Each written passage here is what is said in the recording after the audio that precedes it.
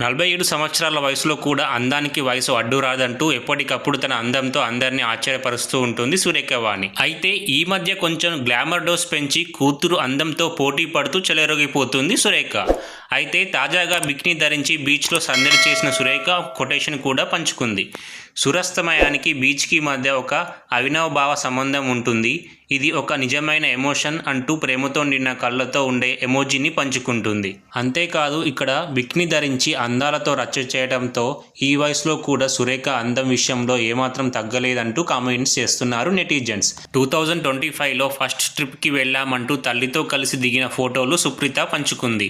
ఆ తర్వాత తన ఇన్స్టాగ్రామ్ ఖాతాలో సముద్రం ఒడ్డున నీటిలో మునిగి తేలుతూ డ్రింక్స్ సిప్ చేస్తూ అందంగా స్టైలిష్గా ఉండే ఫోటోలను పోజులిచ్చింది సురేఖ వాణి.